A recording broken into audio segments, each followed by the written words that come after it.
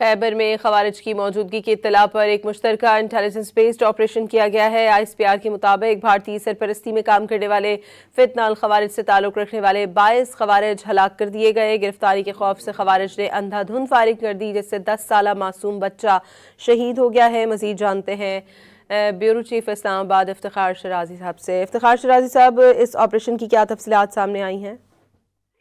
جی بالکل، یہ پختونخوا کا ضلع خیبر ہے جہاں پہ ایک انٹیلیجنس آپریشن کیا گیا ہے اور بتایا یہ گیا ہے کہ وہاں پہ دہشت گردوں کی موجودگی کی اطلاع پہ کارروائی کی گئی ہے اور اس دوران کوئی 22 کے قریب فتنہ الخوارج کے لوگوں کو وہاں پہ ہلاک کیا گیا ہے اور بتایا یہ بھی گیا ہے کہ ان کے قبضے سے اسلحہ بارود وہ بھی برآمد کیا گیا ہے اور اس وقت بھی سیکورٹی فورسز علاقے میں موجود ہیں اور اس بات کو یقینی بنایا جا رہا ہے کہ وہاں پہ کوئی اور فتنہ خوارج کے لوگ موجود نہ ہوں۔